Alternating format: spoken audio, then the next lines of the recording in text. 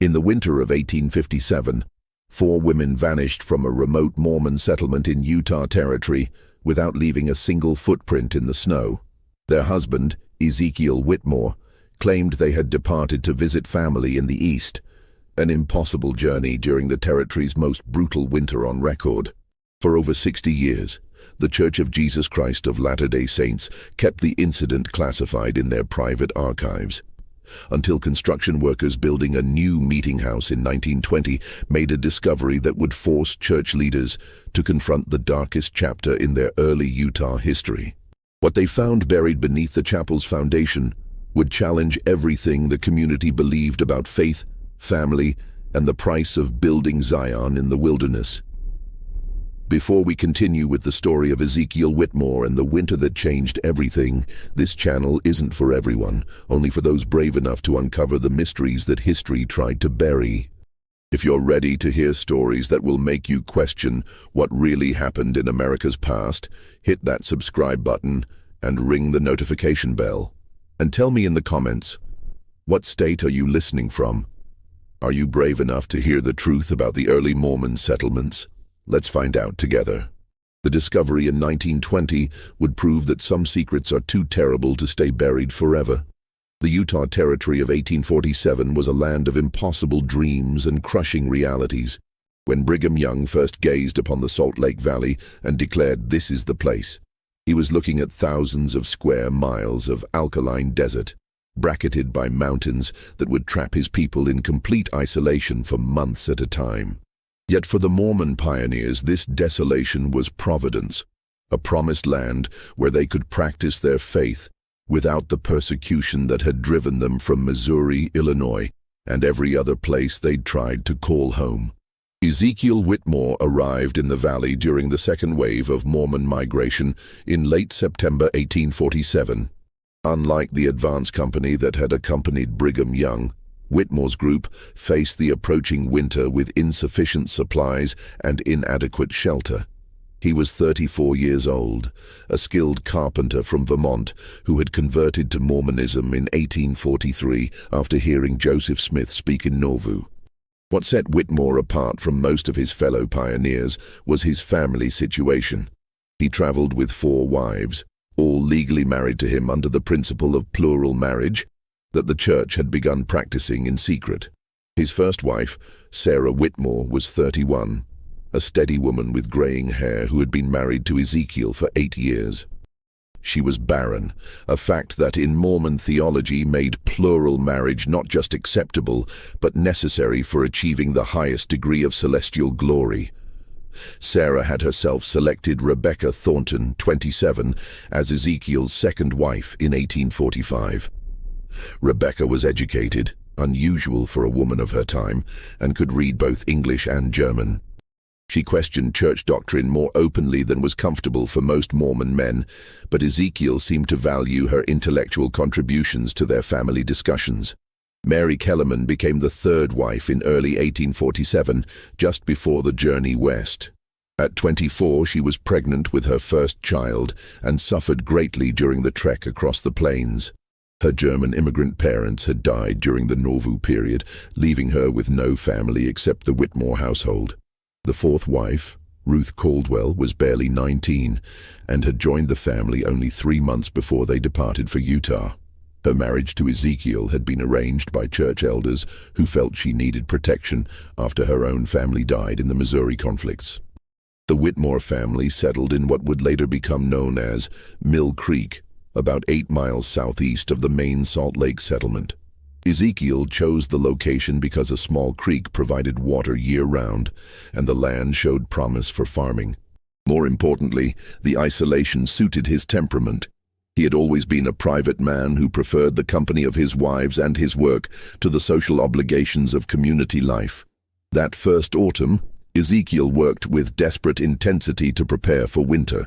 He built a large cabin with separate rooms for each wife, following the careful protocols that Mormon men had developed for managing plural households. The cabin was solidly constructed, with thick log walls and a stone foundation, but it was the only structure for miles in any direction. Their nearest neighbors were a family of Danish converts living 3 miles to the north, and even they would be unreachable once the snows began. The Mormon community in those early years was tight-knit by necessity. Every family's survival depended on cooperation, shared resources, and mutual support. Church leaders maintained strict oversight of plural marriages, not just for theological reasons, but because they understood the practical challenges of managing complex family relationships in isolation. Men who practiced plural marriage were expected to maintain harmony in their households and to contribute positively to the community's overall welfare. Ezekiel's wives each brought different skills to their remote household. Sarah managed the domestic affairs with quiet efficiency, organizing food storage and textile production for the winter ahead. Rebecca kept detailed records of their supplies and expenditures, and she had begun teaching herself basic medical skills that could prove essential in emergencies. Mary, despite her pregnancy, was skilled at preserving foods and had created an impressive store of dried fruits and vegetables. Ruth, the youngest, was energetic and optimistic, taking on the heaviest physical labor despite her small size. By December 1847, the Whitmore household appeared to be thriving. Church records show that Ezekiel made regular trips to the main settlement to trade goods and attend meetings.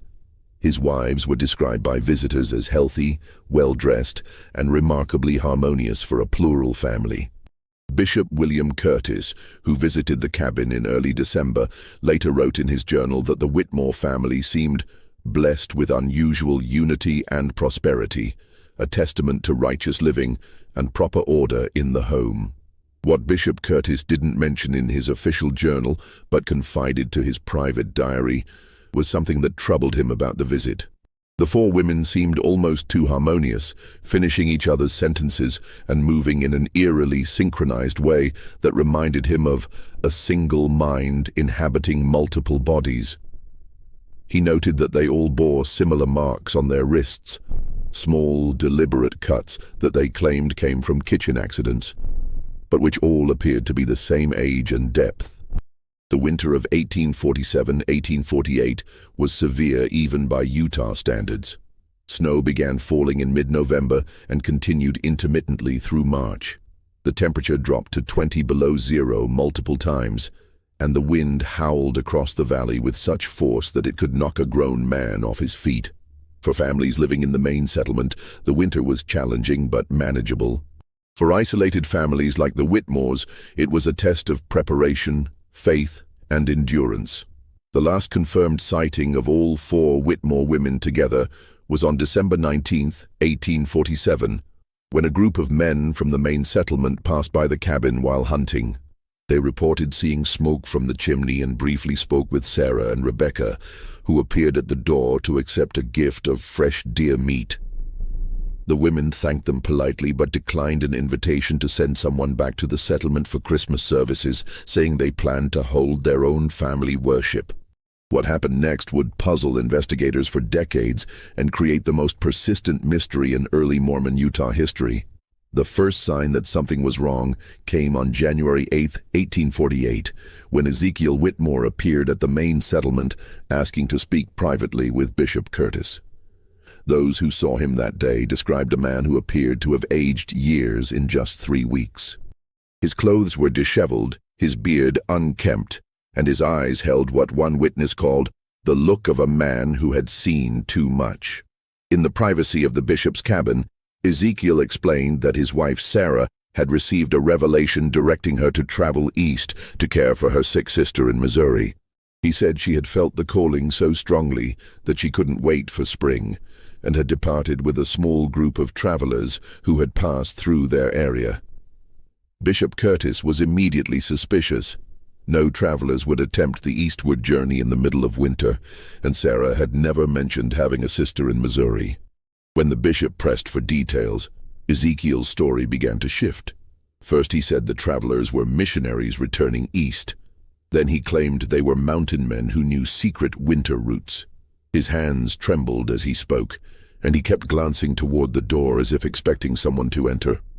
Most disturbing was his insistence that the bishop shouldn't visit the cabin to check on the remaining wives, claiming they were observing a period of spiritual purification that required complete isolation. Bishop Curtis made notes of the conversation in his official journal, but his private diary reveals his growing alarm. He wrote, "Brother Whitmore speaks of revelations, but I fear he may be concealing something far more earthly and terrible. His manner suggests guilt rather than grief, and his explanations contradict both reason and the season." 3 weeks later, on January 30th, Ezekiel returned to the settlement with an even more disturbing report. Rebecca, he claimed, had also received a calling to travel east, this time to serve as a teacher in a mission school. She had departed with another group of travelers, taking only essential supplies. The bishop demanded to know what travelers could possibly be moving through Utah territory in February, and Ezekiel's response was rambling and incoherent, filled with references to God's mysterious ways and trials of faith. This time, Bishop Curtis insisted on visiting the cabin to speak with the remaining wives. Ezekiel became agitated, claiming that Mary and Ruth were too ill to receive visitors, suffering from a fever that could be contagious. He promised to bring them to the settlement as soon as they recovered, but the bishop's suspicions had grown too strong to ignore. On February 3rd, Bishop Curtis organized a group of 5 men to visit the Whitmore cabin.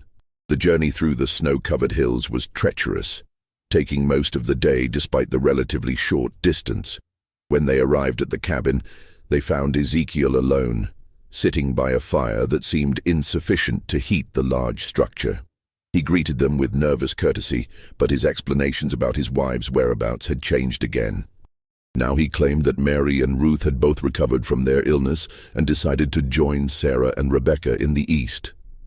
He said they had departed just 2 days earlier, traveling with a group of trappers who had promised to escort them safely to civilization. The bishop asked to see the women's personal belongings, and Ezekiel showed them several rooms that appeared to have been hastily cleared out. Clothing, books, and personal items were gone, but the bishop noticed that heavy items like furniture and cooking implements remained, unusual for women making a permanent departure. More troubling were the signs of recent digging behind the cabin. Ezekiel explained that he had been working on an expansion of the root cellar, preparing for the next winter. But the ground was frozen solid, and the amount of disturbed earth seemed far greater than necessary for a simple food storage area. When one of the men commented on the difficulty of digging in frozen ground, Ezekiel's response was sharp and defensive, claiming that God's work requires dedication even in the hardest conditions. The visiting party spent the night in the cabin, and several of them later reported feeling deeply unsettled by the experience. The building was too quiet, they said, with none of the subtle sounds that indicated the presence of women. No rustling of skirts, no soft conversations, no feminine touches in the daily routines. Ezekiel served them a meal that seemed to consist entirely of preserved foods, despite the fact that fresh bread and dairy products should have been available if women had been managing the household recently. Most disturbing was an incident that occurred during the night. Thomas Garrett, one of the visiting men, was awakened by what he described as the sound of weeping, faint but distinct, coming from somewhere beneath the cabin. When he mentioned this to the others in the morning, they dismissed it as wind or settling timber, but Garrett remained convinced that he had heard human voices in distress. The bishop's party departed the next morning with more questions than answers. In his private journal, Bishop Curtis wrote, "I fear that Brother Whitmore may have committed acts that will bring shame upon our people and our faith. The isolation of winter can drive men to desperate measures, and I worry that the pressures of plural marriage may have proven too great for his spirit to bear." However, the bishop faced a difficult decision. The Mormon community was already under scrutiny from the federal government, and rumors of violence or impropriety could bring unwanted attention from authorities. The principle of plural marriage itself was controversial, and any scandal involving a polygamous family could be used to justify government intervention in church affairs. After consulting with other church leaders, Bishop Curtis decided to continue monitoring the situation quietly, while hoping that the spring would bring some resolution to the mystery. Throughout the remaining winter months, Ezekiel made regular appearances at the settlement, always alone and increasingly gaunt. He claimed to be in regular correspondence with his wives, receiving letters that confirmed their safe arrival in the East and their happiness in their new circumstances. But he could never produce these letters, claiming they were too personal to share, or that he had accidentally destroyed them in the fire. Members of the community began to whisper among themselves. Some believed that Ezekiel had indeed sent his wives away, perhaps because he could no longer support them, or because the isolation had created unbearable tensions in the household. Others suspected something far more sinister, pointing to his erratic behavior and the inconsistencies in his stories. The truth would remain hidden until the spring thaw revealed secrets that would challenge everything the community thought they knew about faith, family, and the price of survival in the wilderness. When the snows melted in April 1848, Bishop Curtis finally had the opportunity to conduct a thorough investigation of the Whitmore property. What he discovered there would haunt him for the rest of his life and create a mystery that would persist for over 70 years. The cabin itself appeared to have been abandoned for weeks. A thick layer of dust covered the furniture, and the rooms that had supposedly belonged to the four wives showed signs of hasty cleaning rather than normal departure. More significantly, the bishop found several items that contradicted Ezekiel's claims about his wives' voluntary departure. Rebecca's most treasured possession, a leather-bound journal in which she had recorded her thoughts and observations since joining the family, was hidden beneath a loose floorboard in what had been her room. The final entry, dated December 20th, 1847, was written in a shaking hand and contained a single cryptic sentence. He says we must all make the ultimate sacrifice for the sake of the eternal family, but I fear his revelations come from a darker source than heaven. Behind the cabin, the area that Ezekiel had claimed to be excavating for root cellar expansion told a different story. The disturbed earth covered a much larger area than necessary for food storage, and the digging appeared to have been done in stages over several weeks. Most disturbing was what the bishop found partially buried in the loosened soil. Fragments of fabric that matched descriptions of clothing worn by the four wives, along with personal items including a wedding ring that Sarah had worn since her marriage to Ezekiel.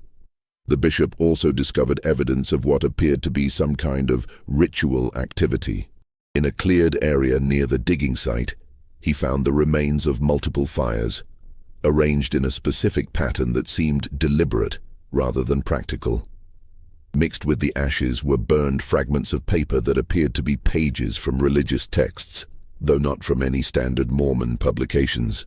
Some of the legible fragments contained references to blood atonement and eternal sealing through sacrifice, concepts that existed in Mormon theology but were being interpreted in ways that horrified the bishop. More evidence came from the cabin's interior. In the room that had belonged to Ezekiel and Sarah, the bishop found a hidden compartment containing several notebooks filled with Ezekiel's handwriting. The entries documented his growing obsession with what he called the principle of ultimate consecration, a belief that God required the faithful to surrender everything, including life itself, to achieve the highest degree of celestial glory. The notebooks revealed that Ezekiel had been studying obscure religious texts and had begun to believe that his family had been chosen for a special mission that would require extraordinary sacrifice. The final entries in these notebooks described Ezekiel's growing certainty that his wives had been sent to him specifically to fulfill this divine purpose. He wrote about receiving visions that showed him the eternal glory that awaited families who proved their absolute devotion through ultimate sacrifice. The handwriting became increasingly erratic as the entries progressed, and the later pages contained disturbing references to the willing offering of innocence and the sealing power of shed blood. Bishop Curtis faced an impossible situation. The evidence strongly suggested that Ezekiel had murdered his four wives, possibly as part of some twisted religious ritual. But Ezekiel himself had vanished completely, leaving no trace of his whereabouts or intentions. The bishop's attempts to track him proved fruitless. He had simply disappeared into the vast wilderness of the Western Territories, where a man could lose himself forever if he chose to do so.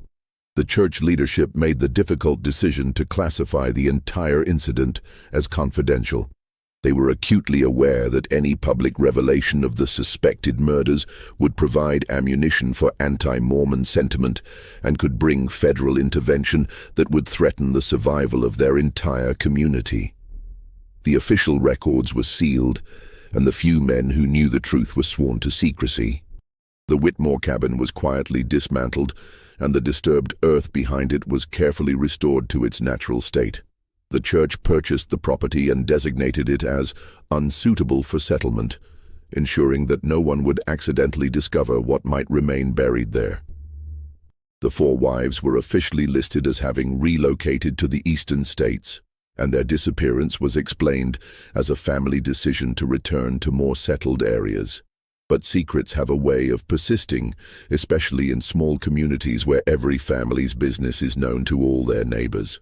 Over the years, whispered stories began to circulate about the winter when four women vanished and one man's faith led him to commit unspeakable acts. Some versions of the story claimed that Ezekiel had been driven insane by isolation and religious mania. Others suggested that he had discovered something in the isolated valley that had demanded a terrible price for his family's survival. The most persistent rumors centered on the idea that Ezekiel had not acted alone. Some believed that the four women had been willing participants in whatever ritual had cost them their lives, convinced by their husbands' claims of divine revelation that their sacrifice was necessary for eternal salvation. This version of the story was particularly disturbing because it suggested that the tragedy had been the result of shared delusion rather than individual madness. As the years passed, the area around the former Whitmore property developed a reputation for unusual occurrences. Travelers reported feeling watched when passing through the valley, and some claimed to hear women's voices carried on the wind, especially during the winter months. These reports were dismissed as superstition by church leaders, but they contributed to the sense that something dark and unresolved remained connected to the site. The mystery might have remained buried forever, if not for the church's continued growth and the need for new buildings to serve expanding congregations. In 1920, more than 70 years after the disappearances, church authorities decided to build a new meeting house in the rapidly growing Mill Creek area. The chosen site was selected for its central location and level ground, with no awareness of the dark history that lay beneath the surface. What the construction workers discovered would force the church to confront the truth about one of its most carefully hidden secrets, and would reveal that the winter of 1847-1848 had been even more terrible than anyone had imagined. The construction of the new Mill Creek Meeting House began on a crisp October morning in 1920. The project supervisor, Brother Samuel Morrison, was a devout Mormon who had been born in the valley and had heard whispered stories about the Whitmore property throughout his childhood. But like most members of his generation, he dismissed these tales as folklore that had grown in the telling over the decades. The construction crew began excavating the foundation on October 15th, working with steam-powered equipment that made quick work of the rocky soil. For the first 2 days, the work proceeded normally, with nothing more unusual than the occasional discovery of old horseshoes or pieces of rusted metal that marked the site's history as grazing land. On the third day, Brother Morrison's crew made their first disturbing discovery. About 4 feet below the surface, they uncovered what appeared to be a deliberately constructed stone chamber, roughly 8 feet square and lined with carefully fitted rocks. The chamber had been sealed with a flat stone cover, and when they lifted it, they found a collection of objects that seemed to have been placed there intentionally as some kind of burial cache. The objects included 4 sets of women's clothing, neatly folded and arranged in separate piles. Each set consisted of a dress, undergarments, shoes, and personal effects like combs, mirrors, and jewelry. Most significantly, each pile contained a small leather purse with identification papers and personal documents that clearly belonged to Sarah, Rebecca, Mary, and Ruth Whitmore. The preservation was remarkable, protected by the dry conditions and stone construction, and the items appeared to be in the same condition as when they were placed in the chamber. Brother Morrison immediately contacted Bishop Harold Stevenson, the current leader of the Mill Creek Ward. Bishop Stevenson was young and had no knowledge of the Whitmore incident, but he recognized the significance of the discovery and contacted church headquarters in Salt Lake City. Within hours, a team of church officials arrived at the construction site, led by Elder James Tanner, a member of the Quorum of the 12, who had access to the church's confidential historical archives. Elder Tanner's examination of the documents found in the stone chamber confirmed what the older church leaders had long suspected. The papers included letters written by each of the 4 wives, apparently composed shortly before their deaths, and intended as final messages to family members they would never see again. The letters were haunting in their acceptance of what they described as their calling to eternal glory through ultimate sacrifice. Sarah's letter, written in her characteristic careful script, expressed gratitude for her selection by divine providence to participate in the sealing ordinance that would bind our family together throughout eternity.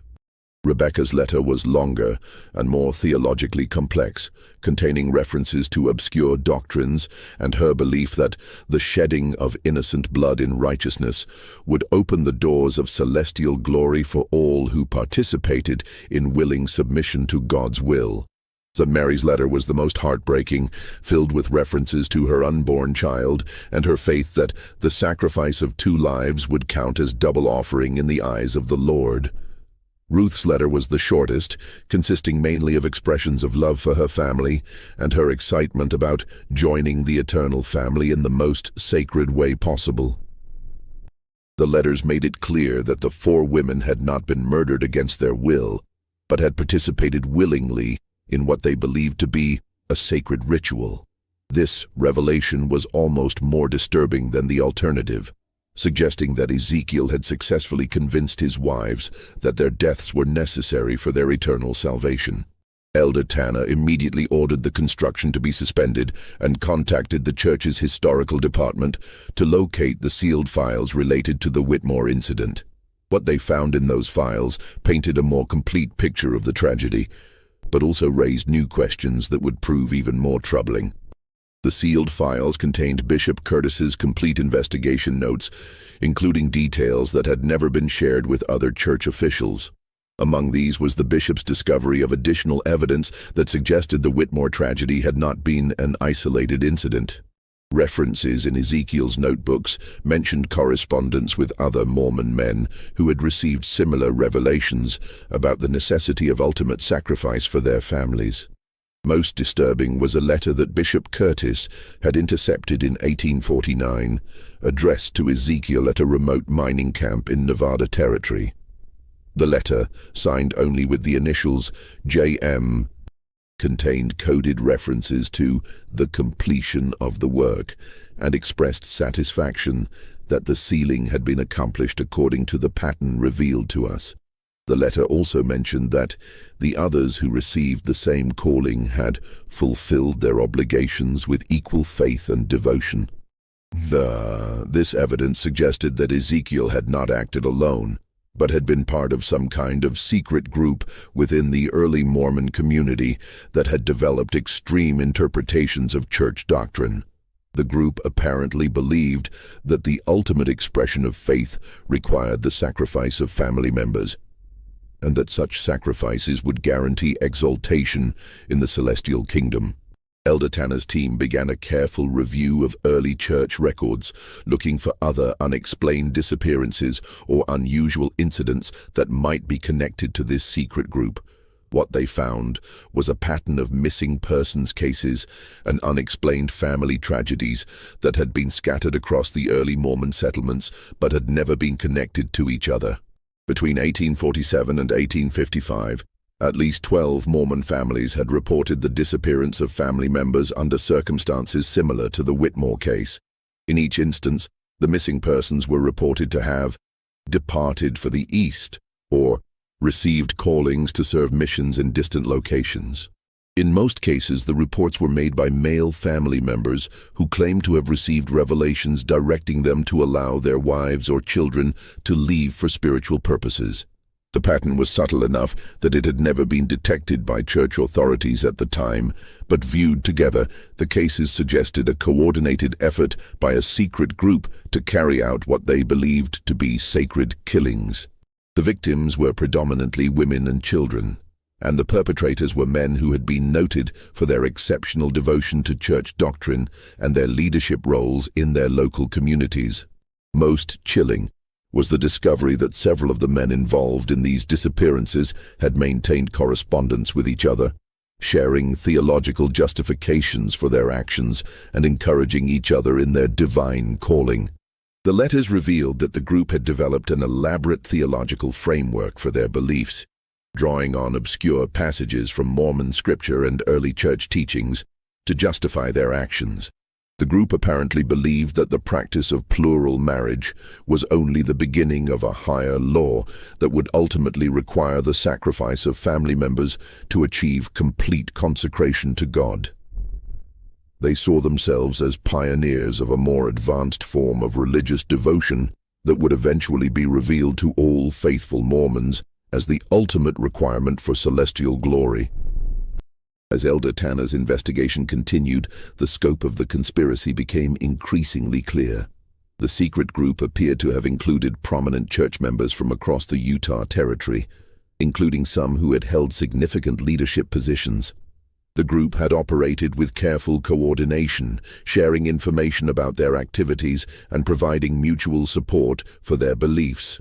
The investigation also revealed that the group had eventually been detected by church authorities in the mid-1850s, leading to a secret purge that had removed suspected members from leadership positions and forced others to flee the territory. The church's official records made no mention of these actions, which had been carried out quietly to avoid creating scandal or providing ammunition for anti-Mormon critics. But the discovery of the stone chamber at the Mill Creek construction site proved that the group's activities had been far more extensive than church leaders had realized at the time. The careful preservation of the victims' belongings suggested that the perpetrators had viewed their actions as sacred ordinances that required proper documentation and remembrance. The question that haunted Elder Tanner and his team was whether the group had been completely eliminated in the 1850s, or whether some members had escaped detection and continued their activities in remote areas of the Western Territories. The evidence suggested that the conspiracy had been larger and more organized than anyone had imagined, with implications that extended far beyond the tragic fate of the 4 Whitmore women. The investigation would soon reveal that the stone chamber was only the beginning of what lay buried beneath the Mill Creek construction site, and that the winter of 1847 to 1848 had been even more terrible than the darkest rumors had suggested. As Elder Tanner's team expanded their excavation of the Mill Creek site, they made increasingly disturbing discoveries that suggested the Whitmore tragedy was far more complex than a single family's descent into religious madness. The stone chamber containing the women's belongings was only the first layer of a carefully constructed burial site that had been designed to preserve evidence of what the perpetrators clearly viewed as sacred acts. Beneath the stone chamber, the excavation revealed a second level of construction, a larger underground space that had been carved directly into the bedrock and lined with carefully fitted stones. This chamber was approximately 12 feet square and 6 feet deep, with drainage channels that had kept it dry for over 70 years. The walls were covered with carved symbols that combined traditional Mormon imagery with elements that seemed to draw from other religious traditions. The most prominent symbol was a modified version of the Mormon temple square and compass, but surrounded by imagery that included Egyptian hieroglyphs, Masonic symbols, and what appeared to be representations of ancient sacrifice rituals. The carvings were sophisticated and deliberate, suggesting that whoever had created them possessed considerable knowledge of religious symbolism and had spent significant time planning the chamber's construction.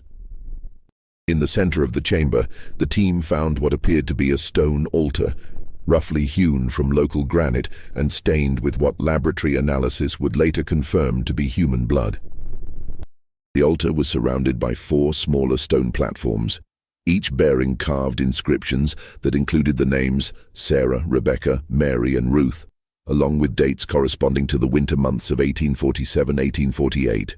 The inscriptions also included theological passages that had been carved in careful script, drawing from Mormon scripture, but interpreted in ways that justified the taking of human life for religious purposes. One passage, carved above the central altar, read, "Greater love hath no man than this, that a man lay down his life for his friends, and greater still is the love that lays down the lives of the beloved for the glory of God and the sealing of eternal families." But the most shocking discovery came when the team excavated beneath the stone platforms. Each platform concealed a carefully prepared burial site containing human remains that had been preserved through deliberate mummification techniques. The bodies of the 4 women had been prepared with materials and methods that suggested extensive knowledge of preservation practices, possibly derived from early Mormon interest in Egyptian culture and practices. The condition of the remains allowed for detailed examination that revealed the manner of death. Each woman had died from a single precise wound to the heart, inflicted with what appeared to be a ceremonial blade. The wounds were identical in location and depth, suggesting that the killings had been carried out with practiced skill and according to a predetermined ritual pattern.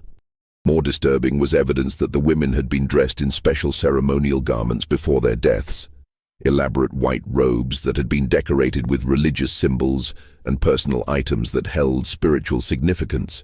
The garments appeared to have been specially prepared for the ritual, with careful attention to detail that suggested the perpetrators had viewed the killings as sacred ordinances, requiring proper ceremonial preparation. The discovery of these ritual preparations forced Elder Tanner's team to confront the possibility that the Whitmore women had not only consented to their deaths, but had actively participated in elaborate religious ceremonies that they believed would guarantee their eternal salvation. The evidence suggested that the killings had been carried out over several weeks, with each death forming part of a larger ritual cycle that had been carefully planned and executed. Additional evidence found in the chamber included detailed records of the ritual proceedings, carved into stone tablets that had been placed in niches around the walls. These records provided a horrifying minute-by-minute account of the ceremonies, including the women's final words and their expressions of faith and gratitude for their selection for eternal glory. The tablets also contained references to the great work that was being carried out by the secret group and to the pattern revealed from on high that guided their actions. The records made it clear that the Whitmore killings were part of a larger plan that involved multiple families and was intended to demonstrate the ultimate degree of faith and devotion required for celestial glory. Most chilling was the discovery that the ritual chamber had been designed for repeated use. The drainage systems, preservation techniques, and careful construction suggested that the site had been intended to serve as a permanent location for similar ceremonies. The chamber contained preparation areas for multiple victims and storage spaces for ritual implements and ceremonial garments. The investigation team also found evidence that the chamber had indeed been used for additional victims beyond the 4 Whitmore women. Carved records indicated that at least 8 other individuals had been sealed in the chamber between 1848 and 1855, including members of 3 other families that had been reported missing during the early years of Mormon settlement in Utah. The scope of the conspiracy was becoming clear. The secret group had operated for nearly a decade, carrying out ritual killings that they believed were necessary for achieving the highest degree of religious devotion. The group had developed elaborate theological justifications for their actions, and had created permanent facilities for conducting their ceremonies. Elder Tanner's team faced a crisis that threatened to expose the darkest chapter in Mormon history. The evidence they had uncovered proved that a secret group within the early church had carried out systematic ritual murders, possibly involving dozens of victims over several years. The implications for the church's reputation and the faith of its members were staggering. The investigation also revealed that the group had maintained detailed records of their activities, including lists of potential victims and plans for expanding their operations. The records suggested that the conspiracy had been far more organized and extensive than anyone had imagined, with cells operating in multiple settlements across the Utah Territory. Most disturbing was evidence that some members of the secret group had held positions of authority within the church hierarchy, using their access to confidential information to identify potential victims and to cover up their crimes. The group had apparently used their knowledge of church doctrine and their positions of trust to convince victims that their deaths were necessary for eternal salvation. The investigation team realized that they were uncovering not just a series of isolated crimes, but evidence of a systematic conspiracy that had operated within the highest levels of the early Mormon Church. The implications were so serious that Elder Tanner immediately contacted the church's first presidency to report his findings and to request guidance on how to proceed. The decision that would be made in the coming days would determine whether the truth about the Whitmore tragedy and the larger conspiracy would ever be revealed to the public, or whether it would be buried once again to protect the church from scandal and persecution. But as Elder Tanner's team continued their excavation, they began to suspect that the underground chamber held even more terrible secrets that would make the choice between truth and concealment even more difficult. The final phase of Elder Tanner's investigation began when his team discovered a hidden passage leading from the main ritual chamber to an even deeper level of construction. The passage was narrow and had been carefully concealed behind a false wall, suggesting that it led to the most secret part of the underground complex. What they found in this deeper chamber would reveal the true scope of the conspiracy and the identity of its leadership. The deeper chamber was smaller than the ritual space above, but it had been constructed with even greater care and attention to detail. The walls were lined with carefully fitted stones that had been carved with intricate religious symbols, and the ceiling was supported by precisely cut archways that demonstrated advanced engineering knowledge. This was clearly the inner sanctum of the secret group, the place where their most important meetings and ceremonies had been conducted. In the center of the chamber, the team found a stone table that had been carved with extraordinary precision. The table's surface was covered with detailed maps of the Utah Territory, showing the locations of Mormon settlements and marking specific sites that had been designated for the group's activities. The maps included detailed notes about the families living in each settlement, with particular attention to households that might provide suitable victims for their rituals. The most shocking discovery was a series of stone tablets that contained the complete theological framework developed by the secret group to justify their actions. These tablets revealed that the group had been led by a man named Jeremiah Blackwood, who claimed to have received direct revelations from Joseph Smith himself, directing him to establish what he called the Order of Eternal Sacrifice. According to the tablets, Blackwood had been present at some of Joseph Smith's private meetings in Nauvoo and had developed an extreme interpretation of the prophet's teachings about eternal families and celestial marriage. Blackwood believed that the ultimate test of faith required families to demonstrate their willingness to sacrifice everything, including life itself, to prove their devotion to God and to secure their eternal exaltation. The tablets contained detailed instructions for identifying suitable families for participation in the order's rituals. The criteria included strong faith, isolated living situations, and family structures that would not be immediately missed by the broader community. Polygamous families were particularly targeted because their complex relationships and frequent travel made disappearances easier to explain and conceal. Ezekiel Whitmore had been recruited into the order during the winter of 1846-1847, while the Mormon community was preparing for their exodus to the west. The tablets revealed that Blackwood had identified Ezekiel as an ideal candidate because of his deep religious convictions, his isolated temperament, and his plural marriage to 4 women who had no close family connections in the Mormon community. The recruitment process had been gradual and carefully orchestrated. Blackwood had begun by sharing what he claimed were secret revelations about the higher laws of celestial marriage, gradually introducing Ezekiel to increasingly extreme theological concepts. By the time the Whitmore family departed for Utah, Ezekiel had been fully indoctrinated into the order's beliefs and had committed to carrying out the ritual sacrifice of his wives during their first winter in the territory. The tablets also revealed that the order had established similar operations in multiple Mormon settlements across the West.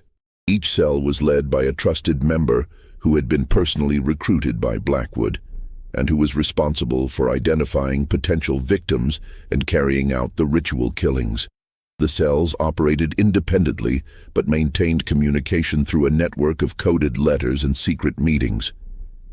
The ritual chamber beneath the Mill Creek site had been one of several permanent facilities established by the Order for conducting their ceremonies. Similar chambers had been constructed near other Mormon settlements, each designed to preserve evidence of the rituals for what the Order believed would be the eventual recognition of their practices as legitimate religious ordinances. The tablets contained detailed accounts of the specific rituals that had been carried out in the Mill Creek chamber. The ceremonies had followed a precise pattern that had been developed by Blackwood based on his interpretation of ancient sacrifice practices and early Mormon temple rituals.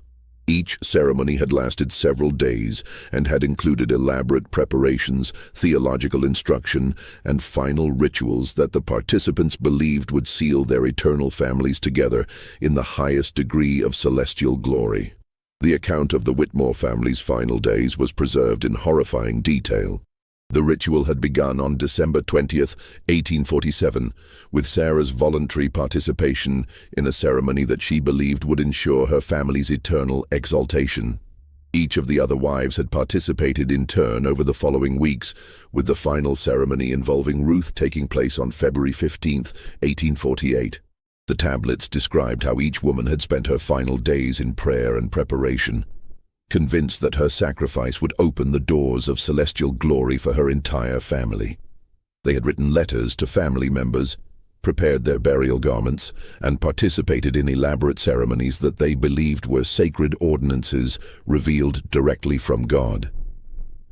Most disturbing was the revelation that the women had not only consented to their deaths, but had actively encouraged each other to participate in the rituals. The tablets contained their recorded conversations, showing how they had strengthened each other's faith and had expressed excitement about their calling to eternal glory through ultimate sacrifice. The investigation team also discovered evidence that the Order had planned to expand their operations significantly. The tablets contained lists of dozens of additional families that had been targeted for recruitment, along with detailed plans for establishing new ritual sites across the Western Territories. The Order had apparently believed that their practices would eventually be recognized as legitimate religious doctrine and would become a standard requirement for achieving the highest degrees of eternal glory. But the tablets also revealed why the Order's activities had come to an end in the mid-1850s. Church authorities had begun to detect the pattern of disappearances and had launched a secret investigation that had identified several Order members. The investigation had been led by Brigham Young himself, who had recognized the threat that the Order posed to the survival of the Mormon community in Utah. The church's response had been swift and decisive. Known Order members had been quietly excommunicated and forced to flee the territory, while others had been reassigned to remote areas where their activities could be more easily monitored. The ritual sites had been sealed or destroyed, and all records of the investigation had been classified to prevent public knowledge of the conspiracy. Jeremiah Blackwood himself had disappeared during the church's crackdown, reportedly fleeing to California, where he had continued to recruit followers for his extremist beliefs. Some reports suggested that he had established new Order cells in mining camps and frontier settlements, but these activities had never been officially confirmed. The tablets also contained Blackwood's final message to his followers, written shortly before his disappearance. In this message, he prophesied that the order's practices would eventually be revealed as divinely inspired and would become the ultimate test of faith for all true believers. He instructed his followers to preserve their records and to continue their work in secret until the time came for public revelation of the higher laws. Elder Tanner's team realized that they had uncovered evidence of the most serious crisis in early Mormon history, a secret conspiracy that had operated within the highest levels of the church and had resulted in the ritual murder of dozens of innocent victims. The implications for the church's reputation and the faith of its members were catastrophic. The evidence also raised disturbing questions about what church leaders had known about the order's activities and when they had known it. The tablets suggested that some members of the church hierarchy had been aware of Blackwood's extreme teachings, but had failed to act quickly enough to prevent the development of his murderous conspiracy.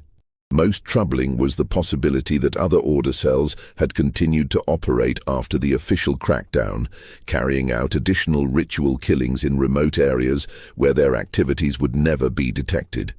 The evidence suggested that the order's influence had been far more extensive than church authorities had realized, with implications that could extend well beyond the Utah territory. As Elder Tanner prepared his final report on the investigation, he faced an impossible choice. The evidence he had uncovered proved that a secret group within the early Mormon church had carried out systematic ritual murders, possibly involving hundreds of victims over nearly a decade.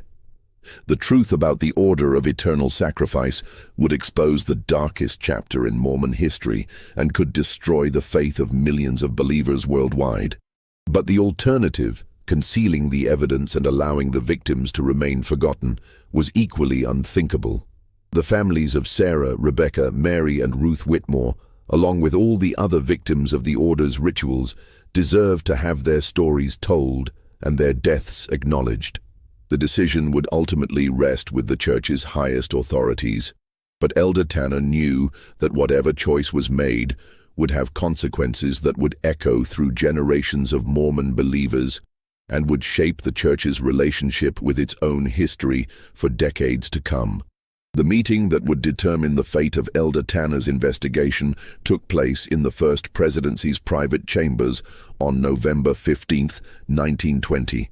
Present were President Heber J. Grant, his counselors, and the most senior members of the Quorum of the 12 Apostles.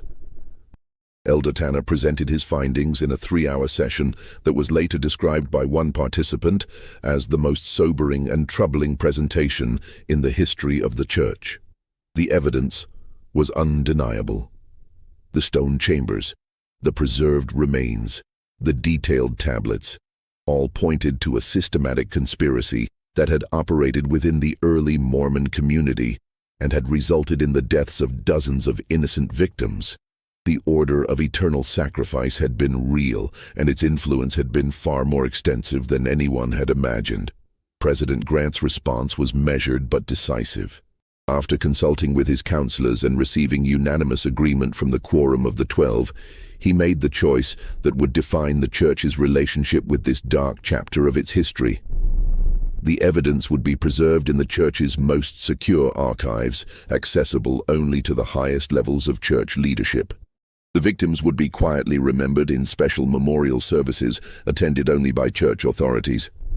But the truth about the Order of Eternal Sacrifice would never be revealed to the public. The decision was justified on multiple grounds. Public revelation of the conspiracy would provide ammunition for anti-Mormon critics and could undermine the faith of millions of believers who had dedicated their lives to the church. The evidence also suggested that the order had been successfully eliminated in the 1850s, meaning that there was no ongoing threat to public safety. Most importantly, the victims and their families had suffered enough. Exposing their stories to public scrutiny and sensationalism would only compound their tragedy. The Mill Creek construction site was quietly relocated to a different area, and the underground chambers were filled with concrete and sealed permanently. The stone tablets and other artifacts were transported to a special vault in Salt Lake City. where they joined other sensitive historical documents that the church had determined were too dangerous for public knowledge. Elder Tanner was assigned to prepare a comprehensive report that would be preserved for future church leaders, but he was also sworn to absolute secrecy about his discoveries. The few construction workers and church officials who had been involved in the investigation were transferred to distant assignments and were required to sign binding agreements never to discuss what they had witnessed. The official explanation for the construction delays at Mill Creek was unexpected geological conditions that required engineering modifications to the building plans. The new meeting house was completed 6 months later on a site 3 miles from the original location, and it served the growing Mill Creek community for decades without any public knowledge of the tragedy that had been discovered and concealed nearby. But the investigation had revealed more than just historical crimes. It had also identified evidence that suggested the order of eternal sacrifice might not have been completely eliminated in the 1850s. Several of the tablets contained references to Western brothers who had carried the order's teachings to remote mining camps and frontier settlements in California, Nevada, and Colorado. These references suggested that some order members had escaped the church's crackdown and had continued their activities in areas beyond church authority. President Grant quietly authorized a follow-up investigation to determine whether any order cells remained active in the Western territories. This investigation, conducted by church security personnel rather than regular missionaries, uncovered evidence of at least 3 additional ritual sites that had been operated by order members in the late 1850s and early 1860s. The most disturbing discovery came from a mining camp near Virginia City, Nevada, where investigators found the remains of a ritual chamber that appeared to have been used as recently as 1875. The evidence suggested that some order members had continued their activities for nearly 30 years after the official crackdown, adapting their methods to the more transient populations of mining communities where disappearances were less likely to be investigated. This ongoing threat required immediate action, but it also created additional complications for church authorities. Any investigation of order activities in non-Mormon communities would risk exposing the conspiracy and would require cooperation with federal authorities who might use the information to justify renewed persecution of the Mormon Church. The solution was a secret program that operated for nearly 2 decades, using church resources to identify and eliminate remaining order cells without revealing their existence to public authorities. Church agents worked quietly to locate suspected order members, gather evidence of their activities, and either convince them to cease their operations or arrange for their removal from positions where they could cause further harm. The program was successful in identifying and disrupting at least 6 remaining order cells, but it also revealed the true scope of the original conspiracy. Evidence suggested that the Order of Eternal Sacrifice had operated in at least 15 different locations across the western United States and had been responsible for the deaths of more than 200 victims between 1847 and 1875. The final order cell was eliminated in 1895 when church agents located the aging Jeremiah Blackwood himself, living under an assumed name in a remote mining camp in the Colorado Territory. Blackwood, then in his 70s, had continued to practice his extreme beliefs and had recruited a small group of followers who had carried out at least 12 additional ritual killings over the previous decade. Blackwood's capture and the seizure of his extensive records marked the end of the Order of Eternal Sacrifice as an active threat. But it also provided church authorities with the complete picture of the conspiracy for the first time. The records revealed that the order had been far more organized and influential than anyone had realized, with connections to other extremist religious groups and evidence of influence on early Mormon theology that extended far beyond the Utah Territory. The church's secret campaign against the order was never acknowledged publicly, and the vast majority of Mormon believers remained unaware that such a conspiracy had ever existed within their community. The victims of the order's rituals were remembered only in private ceremonies attended by church authorities, and their names were added to confidential memorial records that honored their sacrifice while concealing the circumstances of their deaths. Elder Tanner completed his service to the church with distinction, never revealing what he had discovered beneath the Mill Creek construction site. He lived to be 93 years old, taking the secret of the Order of Eternal Sacrifice to his grave. His personal papers, sealed after his death in 1963, contained only a brief reference to the most difficult investigation of my life and a prayer that the victims of extreme faith would find peace in the eternal glory they sought through such terrible means. The stone chambers beneath Mill Creek remain sealed today, their contents preserved as evidence of one of the darkest chapters in American religious history. The truth about Ezekiel Whitmore and his 4 wives, along with the hundreds of other victims of the Order of Eternal Sacrifice, continues to rest in the Church's most secure archives, known only to a select few who bear the burden of this terrible knowledge. Modern Church authorities have occasionally debated whether the time has come to reveal the truth about the Order, but each generation has ultimately concluded that the potential harm outweighs any benefit that might come from public disclosure. The victims of the Order's extreme faith remain officially listed as early pioneers who departed for destinations unknown, their true fate concealed by more than a century of institutional secrecy. The Mill Creek area today is home to thriving suburban communities, shopping centers, and modern churches that serve thousands of faithful Mormon families.